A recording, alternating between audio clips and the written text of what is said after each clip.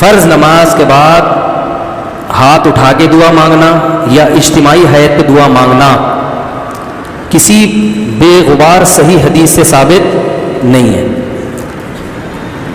کسی بھی صحیح حدیث سے ایک روایت ہے جو ذرا کمزور ہے, جس میں آتا ہے کہ ایک دفعہ نبی صلی اللہ علیہ وسلم نے فرض نماز کے بعد ہاتھ اٹھائے ہیں, مگر وہ روایت کمزور ہے, اور اگر اس کو صحیح مان بھی لیا جائے تو ایک دفعہ. سمجھ میں آ رہی بات؟ تو کتنی دفعہ؟ ایک دفعہ. اصول فقہ کی کتابوں میں لکھا ہوا ہے, تو چاروں مذاہب کی فقہ کی کتابوں میں, کہ حدیث اگر کوئی عمل کثرت سے کیا جاتا ہو اور اس کا نقل کرنے والا صرف ایک ہو تو یہ بات بھی حدیث میں شک پیدا کر دیتی ہے. ایک دفعہ اگر نبی صلی اللہ علیہ وسلم نے کیا ہے تو پتہ یہ چلا کہ اور وہ بھی اجتماعی نہیں, انفرادی طور پر. سمجھ میں آ رہی بات؟ انفرادی طور پر. تو آپ بھی کبھی کبھار انفرادی طور پر رفع الیدین کر لیں. عام معمول اگر نبی کا نمازوں کے بعد, فرض نماز کے بعد ہاتھ اٹھا کر دعا کرنے کا ہوتا, چاہے اجتماعی یا انفرادی, تو اس کے نقل کرنے والے کثرت سے ہوتے. سمجھ میں آ رہی اس بارے میں؟ کیونکہ نماز کو تو بہت اہتمام اور اہمیت کے ساتھ احادیث میں بیان کیا گیا, جبکہ ہم دیکھتے ہیں کہ حدیث کی کتابیں اس سے بالکل خاموش ہیں.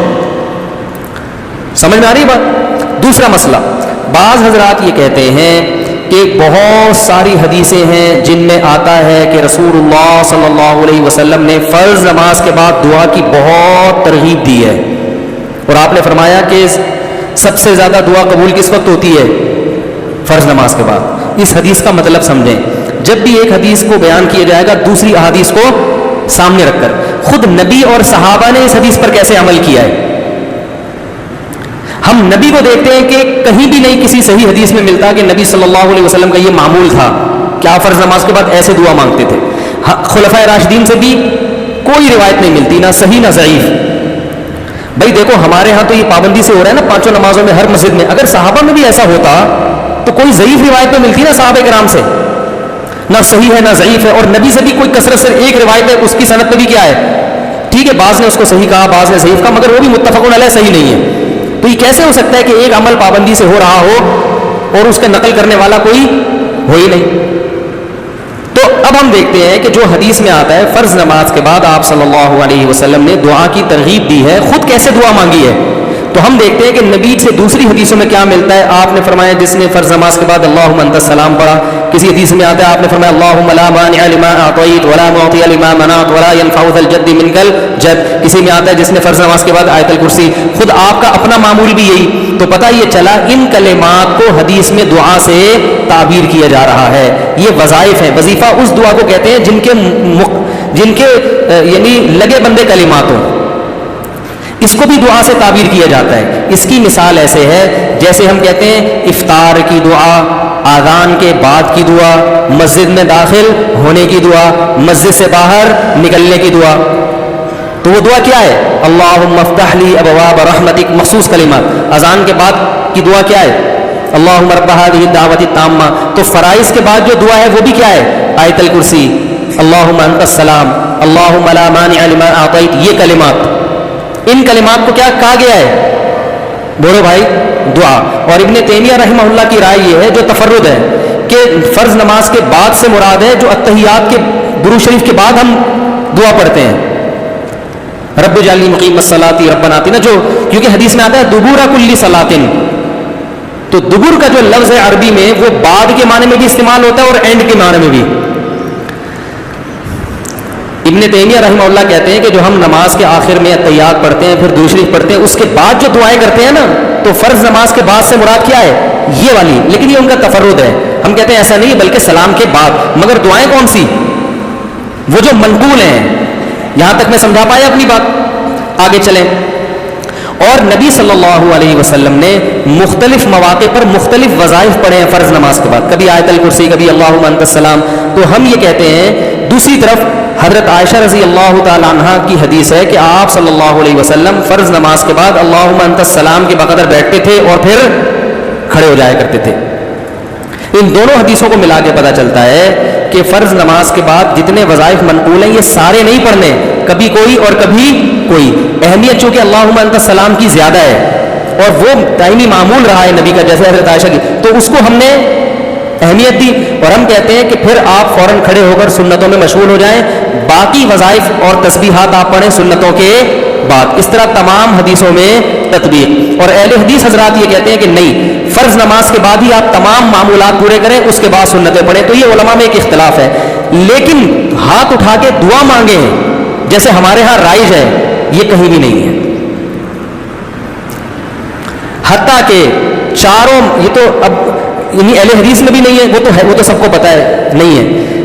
یہ فقہ حنفی میں بھی نہیں ہے, فقہ شافی میں بھی نہیں ہے, فقہ مالکی میں بھی نہیں ہے, اور فقہ حنبلی میں بھی نہیں ہے. کیونکہ فقہ حنفی کی کتابیں بھی اس سے خالی, فقہ مالکیہ, شافعیہ, حنابلہ ان کی کتابیں بھی اس سے بالکل خالی. نہ صرف خالی بلکہ اس کے مخالف. فتاوی عالمگیریہ فقہ حنفی کی کتاب ہے نا, اس میں لکھا ہے کہ امام کو چاہیے کہ سلام پھیرنے کے بعد اللہم انت السلام کے بقدر بیٹھے اور اس کے بعد کھڑا ہو جائے. یہ کہیں بھی نہیں لکھا کہ اس میں کیا کرے, اجتماعی دعا مانگے یا انفرادی دعا مانگے, کہیں بھی نہیں لکھا ہوا, بلکہ اس کے خلاف لکھا ہوا ہے. تو اس لیے یہ فقہ حنفی میں بھی نہیں ہے. ہاں, یہ ہمارے اکابر میں ایک چیز رائج ہو گئی ہے, ہمارے بزرگوں میں, جو ہندوستان میں بہت تیزی سے بولو بھائی پھیل گئی. جب رائج ہو گئی تو حضرت مفتی محمد شفیع صاحب رحمہ اللہ تعالیٰ کا اجتماعی دعا پر ایک رسالہ ہے, مفتی اعظم جو تھے انہوں نے فرمایا کہ اب اس کو ایک دم ختم کرنے میں کیا ہے, آیا کہ اس لیے کسی مسجد میں اگر یہ دعا مانگی جا رہی ہے تو ختم کرنے پر اصرار نہ کیا جائے, کیونکہ فی نفسی ہی تو دعا کا موقع ہے نا فرض کے بعد. بھائی فی نفسی ہی حدیث میں آتا ہے کہ فرائض کے بعد دعا قبول ہوتی ہے, اس کی یہ کیفیت نہیں ہے. تو فی نفسی ہی نماز کے بعد دعا کا ایک موقع ہے, تو اس میں عوام نے کچھ چیزیں اپنی طرف سے لگا کے اجتماعی حیت بنا دی. تو چونکہ ایک ہوتی ہے, ایک چیز کا سرے سے کوئی اصل ہی نہیں ہے, اور ایک اصل ہے مگر اس کی کیفیت منقول نہیں ہے, تو اس میں معاملہ تھوڑا سا کیا ہو جاتا ہے, اہون ہو جاتا ہے, کمتر ہو جاتا ہے. تو اس لیے انہوں نے لکھا کہ چونکہ یہ اتنی زیادہ پھیل گئی ہے, اس کو ایک دم ختم کرنا اس میں فتنہ بہت ہے, اور خود شریعت ہی فتنے کو پسند نہیں کرتی. تو ائمہ کرام کو چاہیے محبت سے لوگوں کی ذہن سازی کریں, لیکن ایک دم اس کو چھوڑنے کی کوشش بولو بھائی نہ کریں. یہ کون کہہ رہا ہے, مفتی اعظم, جو حضرت مفتی تقی صاحب کے کیا تھے, والد. اس لیے کہ میرا جب یہ کلپ جاتا ہے نا تو بہت سے لوگ میرے خلاف ایک طوفان کھڑا کر دیتے ہیں کہ یہ حنفی نہیں ہے, یہ پتہ نہیں, یہ تو بزرگوں ہمارے اکابر کے خلاف چل رہا ہے, تو پتہ نہیں کیا کیا لوگ بنانا شروع کر دیتے. تو ہمارے اکابر قرآن و سنت کے فالوورز تھے, لیکن اگر کسی اکابر نے کوئی چیز کر دی ہے تو اب یہ تو نہیں کہ اس کو آپ نے لازمی قرآن و حدیثی کے مطابق کرنا ہے کیونکہ ہمارے بزرگ نے کر دی ہے, ایسا تھوڑی ہوگا. کسی بزرگ سے بھی تو خطا ہو سکتی ہے, بڑے بڑے علماء سے خطا ہوئی ہے. میرے شیخ و مرشید مفتی رشید احمد صاحب جن سے میں اتنے سال بیعت کا تعلق رہا, تو ایسا الفتاویٰ میں ان کے بعض مسائل سے ہم نے رجوع کیا ہے.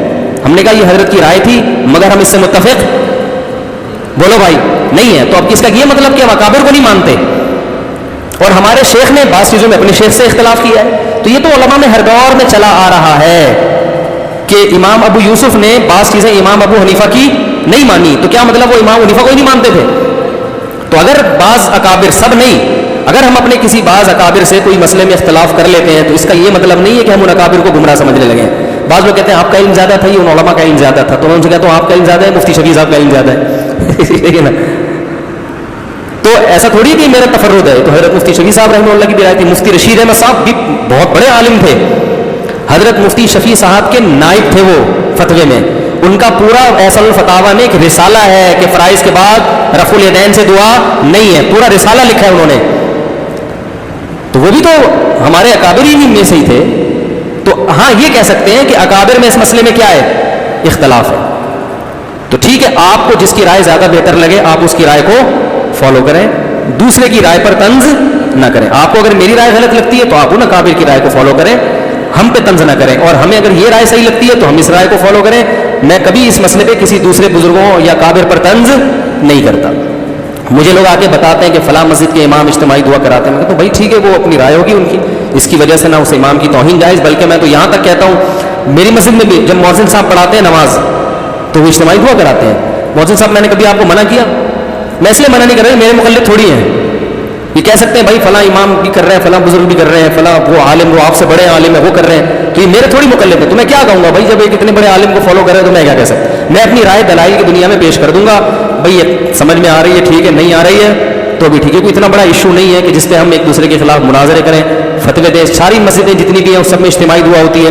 لوگ مجھے آ کے بتاتے ہیں وہ تو کر رہے ہیں، کہتا ہوں بھائی وہ بھی سنت ہی کو اپنے لحاظ سے فالو کر رہے ہیں. اللہ نے ان کو جتنا علم دیا، جتنی سمجھ دی، اور جو ان کے بس میں تھا اس کے حساب سے ان کو یہ صحیح لگا تو وہ یہ اس کو فالو کر رہے ہیں. میں کسی پہ الزام نہیں لگاتا کہ میں ہی سنت کا ٹھیکیدار ہوں باقی سارے فراڈی ہیں، ایسا نہیں ہے. جس کی جو سمجھ میں اختلاف تو ہوتا ہے نا مسائل میں علماء کا،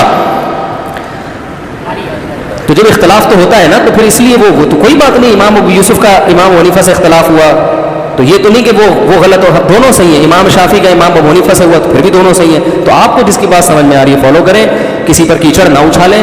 دلائل کی دنیا میں مجھے یہ بات زیادہ سمجھ میں آ رہی ہے کہ اگر یہ چیز سنت ہوتی تو صحابہ کرام سے منقول کیوں نہیں ہے؟ لو کان خیرا لسبقونا الیہ. صحابہ، تابعین، ائمہ اربع اور ہماری جو عربی فتاوی کی کتابیں ہیں ان میں اس کا تذکرہ ہوتا نہیں ہے. تو پھر یہ بات ہمیں سمجھ میں نہیں آتی. سمجھ رہے بات؟